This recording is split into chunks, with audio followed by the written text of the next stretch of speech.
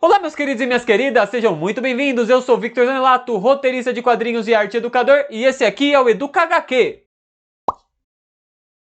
Bem, galera, no vídeo de hoje nós vamos falar sobre as possibilidades do estudo de biologia dentro da criação das histórias em quadrinhos. Ou seja, a gente vai falar um pouquinho sobre a questão de como se utilizar da criação das histórias em quadrinhos como instrumento de incentivo à pesquisa e estudo da área de biologia.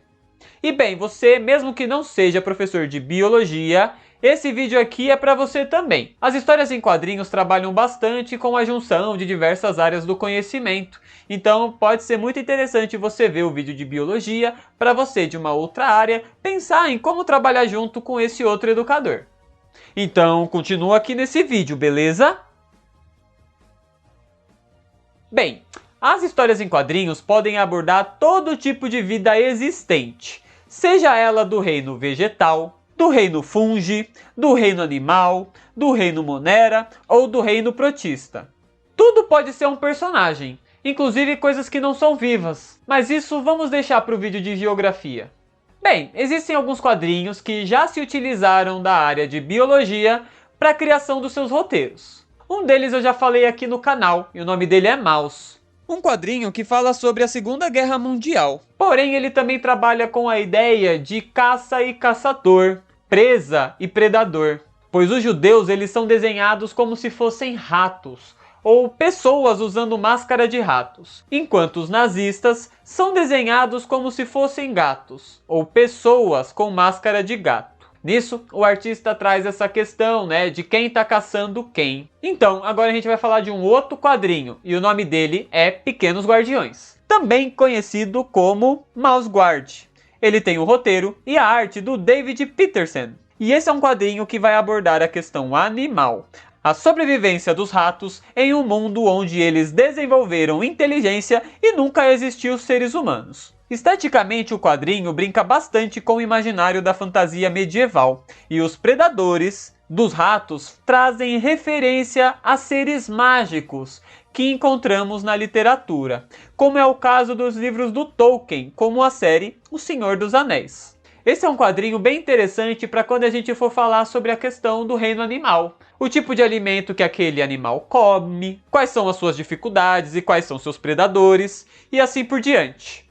Um outro quadrinho muito importante se chama Hataraku Saibou, também conhecido como Cells at Work. Ele tem um roteiro e a arte do Shimizu Akane. O quadrinho aborda as células do corpo humano e suas funções como se fossem pessoas trabalhando. Nele nós vamos acompanhar uma hemácia, que é uma célula vermelha perdida tentando descobrir aonde fica o pulmão para ela levar o seu oxigênio. Porém, ela é atacada por uma bactéria pneumococo que tinha o mesmo objetivo que ela, chegar no pulmão.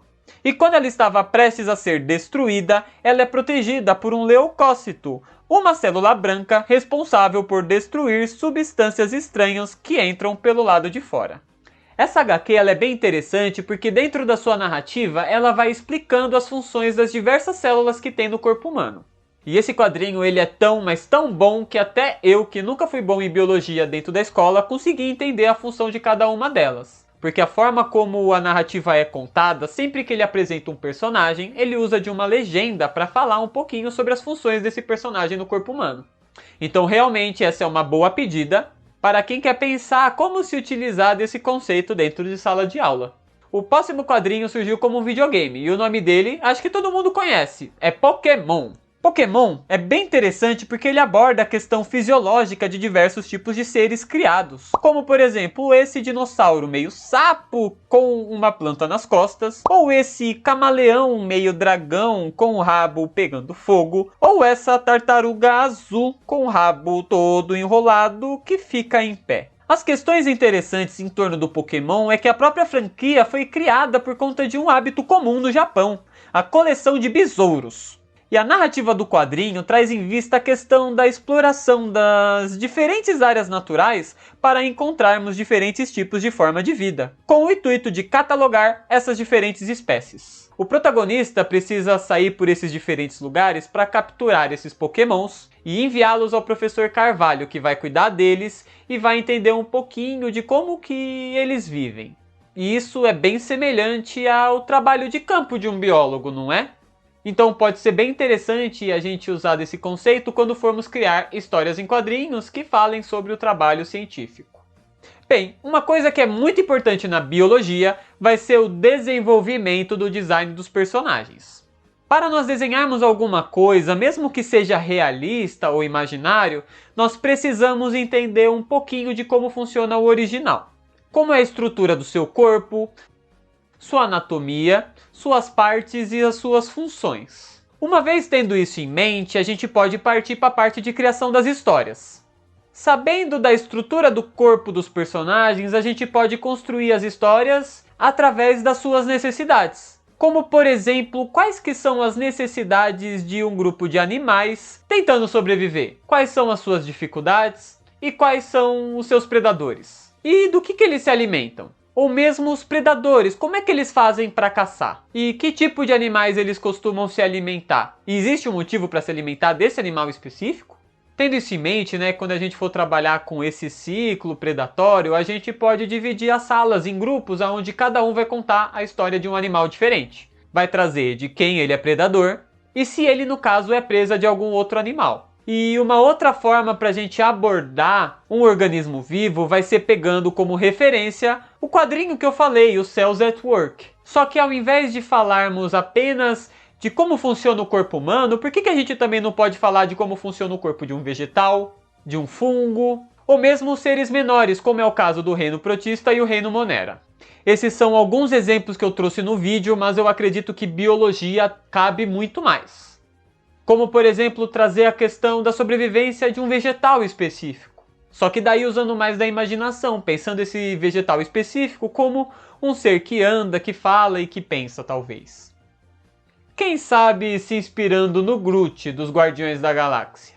Bem, todo quadrinista sabe o quão que é importante nós termos referências narrativas e visuais para construirmos e desconstruirmos histórias e desenhos. Então, assim como os professores de história, vocês que trabalham com biologia podem se utilizar de filmes, como é o caso do Procurando Nemo, que aborda as diferentes formas de vida dentro do oceano, ou séries, como é o caso de Cosmos, que nos seus primeiros episódios aborda a origem da vida no planeta Terra, ou desenhos, como é o caso do Rick and Morty, que em um dos seus episódios ele apresenta um parque de diversões dentro do corpo humano.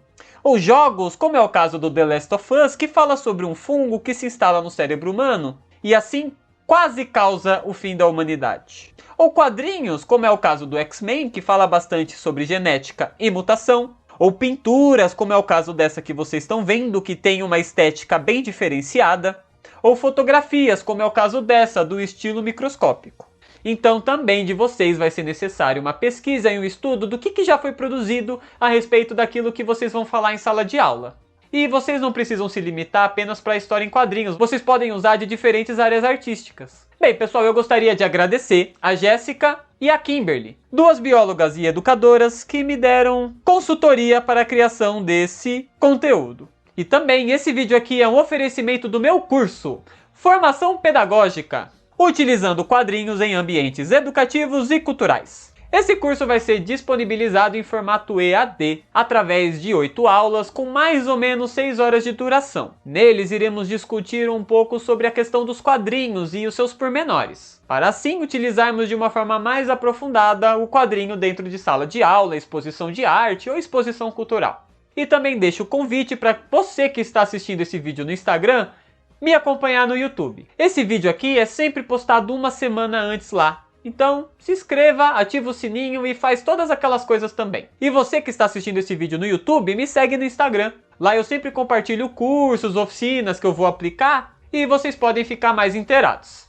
E vocês gostaram desse vídeo? Ficaram com alguma dúvida? Comentem aqui aonde vocês estão assistindo e, se possível, me ajuda compartilhando esse vídeo a outros profissionais que, assim como você, tem interesse em ampliar o seu repertório e ter mais um instrumento educativo para se utilizar. E também deixo o convite a vocês seguirem o Molotov HQ, o coletivo de quadrinhos que eu faço parte e roteirizo. Nós estamos com o financiamento coletivo do Pavilhão, uma HQ que eu me inspirei bastante no rap da década de 90 e do começo dos anos 2000, e está em financiamento do Catarse. Vocês conseguem ver o link na imagem, mas eu também vou deixar aqui na descrição desse vídeo. Então é isso, galera, eu espero que vocês tenham gostado e nos vemos daqui 15 dias. Só que dessa vez com o vídeo Possibilidades do Estudo de Geografia dentro da criação das histórias em quadrinhos. Então é isso, galera. Valeu, falou e até mais!